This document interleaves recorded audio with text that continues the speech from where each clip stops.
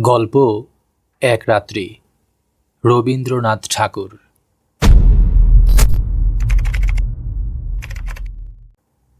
গল্পকথক তার অতীতের কথা বলছে, যেখানে আমরা জানতে পারি ছেলেবেলায় গল্পকথকের সাথে সুরবালা নামক একটি সুন্দরী মেয়ের বেশ ভাব ছিল। তারা দুইজন একত্রে স্কুলে যেত এবং বউ বউ খেলত। সুরবালাদের বাড়িতে গেলে সুরবালার মা গল্পকথককে বেশ যত্ন করতেন এবং নিজে নিজেই বলতেন, আহা, দুজনকে বেশ মানিয়েছে। যদিও এই কথার অর্থ গল্পকথক ঠিকই বুঝতে পারত। গল্পকথকের বাবা চৌধুরী জমিদারের নায়েব ছিলেন। তার ইচ্ছে ছিল ছেলে একটু বড় হলেই কোথাও গোমস্তাগিরিতে পাঠিয়ে দেবেন। কিন্তু গল্পকথক পিতার এই সিদ্ধান্তে একটু নারাজ ছিল। তার ইচ্ছে ছিল লেখাপড়া করে কালেক্টরের নাজির বা জজ আদালতের হেড ক্লার্ক হওয়ার। এজন্য সে 15 বছর বয়সে হঠাৎ করে একদিন বাড়ি থেকে পালিয়ে কলকাতা চলে যায় লেখাপড়া করার জন্য। ধীরে ধীরে সে সেখানে থেকে লেখাপড়ার পাশাপাশি রাজনীতিতেও জড়িয়ে পড়ে। এভাবে অনেক দিন চলার পর সুরবালার বাবা এবং গল্পকথকের বাবা একমত হয়ে ঠিক করলেন যে সুরবালার সাথেই গল্পকথকের বিয়ে দেবেন। এখন সুরবালার বয়স 18, বিয়ের উপযুক্ত সময়। তাই গল্পকথকের বাবা গল্পকথককে বিয়ের ব্যাপারে বললেন। কিন্তু গল্পকথক তার বাবাকে ফিরিয়ে দিল এই বলে যে সে প্রতিজ্ঞা করেছে লেখাপড়া শেষ না করে সে বিয়ে করবে না। তার 2-4 মাস পর গল্পকথক খবর পেল উকিল রামলোচন বাবুর সাথে সুরবালার বিয়ে হয়ে গিয়েছে। যদিও এই ঘটনা তখন গল্পকথককে তেমন স্পর্শ করেনি। ধীরে ধীরে গল্পকথকের লেখাপড়া শেষ হলো। ইতোমধ্যে তার বাবা মৃত্যুবরণ করেছে, যার কারণে সংসারের ভার নেওয়ার জন্য তাকে কাজের সন্ধানে যেতে হলো। বহু চেষ্টায় সে নোয়াখালী বিভাগের একটি ছোট শহরে এন্ট্রেন্স স্কুলের সেকেন্ড মাস্টারের পদে চাকরি পেল। এই চাকরিটাকে সে তার জন্য উপযুক্ত কাজ ভেবে উপদেশ এবং উৎসাহ দিয়ে প্রতিটা ছাত্রকে ভারতবর্ষের এক একজন সেনাপতি করার প্রত্যয়ে শিক্ষকতায় মনোনিবেশ করল। কিন্তু স্কুলে যোগদানের কিছুদিন পর গল্পকথক বুঝতে পারল যে সে যে বাসনা নিয়ে এই চাকরিতে প্রবেশ করেছে সেটা কখনোই হবে না। কারণ ছাত্ররা ভারতবর্ষের সেনাপতি হওয়ার চেয়ে পাশ করার চিন্তায় মগ্ন থাকে বেশি।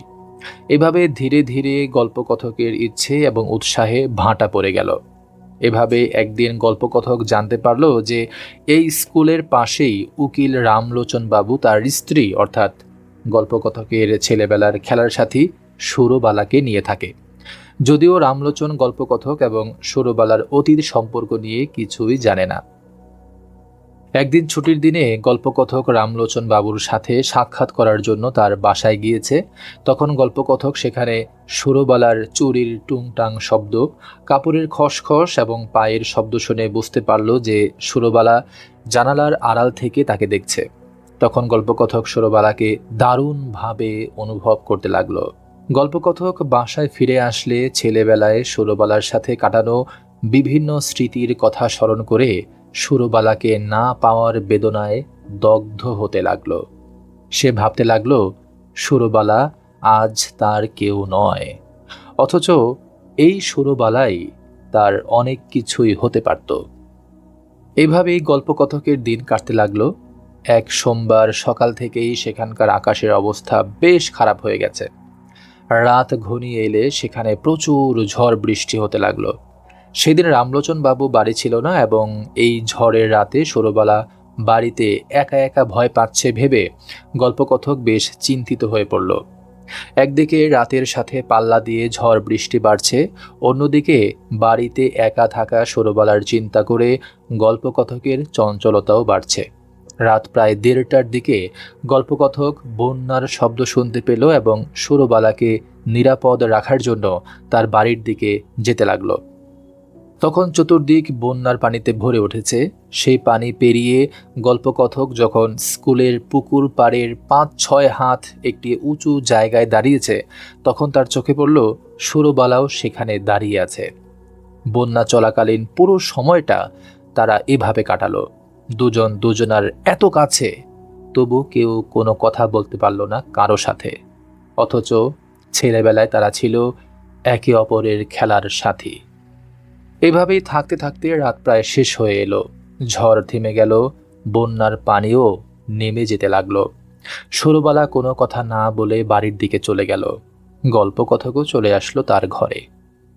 ঘরে এসে গল্পকথক তার জীবনের দীর্ঘ সময়ের মধ্যে এই একটি মাত্র রাত্রিকে সার্থক বলে বিবেচিত করে প্রিয় মানুষকে অবহেলায় হারিয়ে ফেলার কঠিন দুঃখের মধ্যে একটু সুখ অনুভব করল। গল্পটির মূল ভাব। রবীন্দ্রনাথ ঠাকুরের এক রাত্রি গল্পটি মূলত মানুষের জীবনের এক চরম অতৃপ্তি এবং অবহেলায় হারিয়ে ফেলা অমূল্য সময়ের গল্প।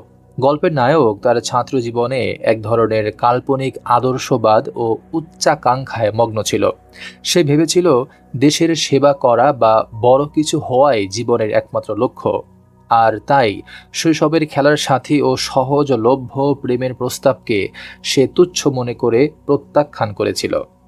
কিন্তু জীবনের কঠিন বাস্তবতায় এসে যখন সে লক্ষ্য করল তার সেই আকাশচুম্বী স্বপ্নগুলো সফল হয়নি এবং সে একজন অতি সাধারণ স্কুল শিক্ষক মাত্র, তখন তার হৃদয়ে অতীতের সেই হারিয়ে ফেলা সাধারণ জীবন আর সুরবালার জন্য হাহাকার জেগে ওঠে।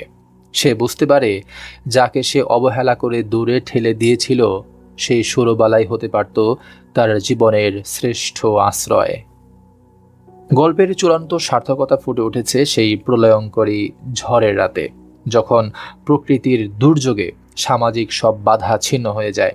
বন্যার সেই উত্তাল সময়ে একটি উঁচু ভিটায় যখন নায়ক এবং সুরবালা একদম কাছাকাছি এসে দাঁড়ায়, তখন তাদের মাঝে কোনো কথা হয় না, অথচ সেই নিস্তব্ধতাই হয়ে ওঠে পৃথিবীর শ্রেষ্ঠ মিলন।